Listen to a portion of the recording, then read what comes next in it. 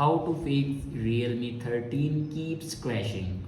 So let's start the video. First of all, close all the background apps. Like you open these apps, now turn off these apps. After that, open settings. In settings, scroll down and here you can see the option system and update. Now click on it, and then on top you can see the option software update. Now click on software update, and then here you can check your latest version will be updated or not. If it doesn't update to latest version, then update it to latest version. After update a latest version, then go back and click on backup and reset.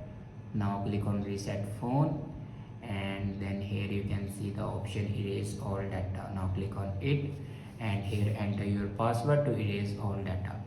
Erase all data basically means factory data reset. It will remove all the data in your device like photos, videos, documents, everything will be removed in your device. After do factory data reset, then go back to your home screen and restart your device.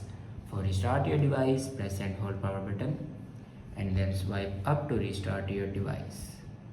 After doing these steps, your problem will be fixed. I hope this video is helpful for you. Thanks for watching.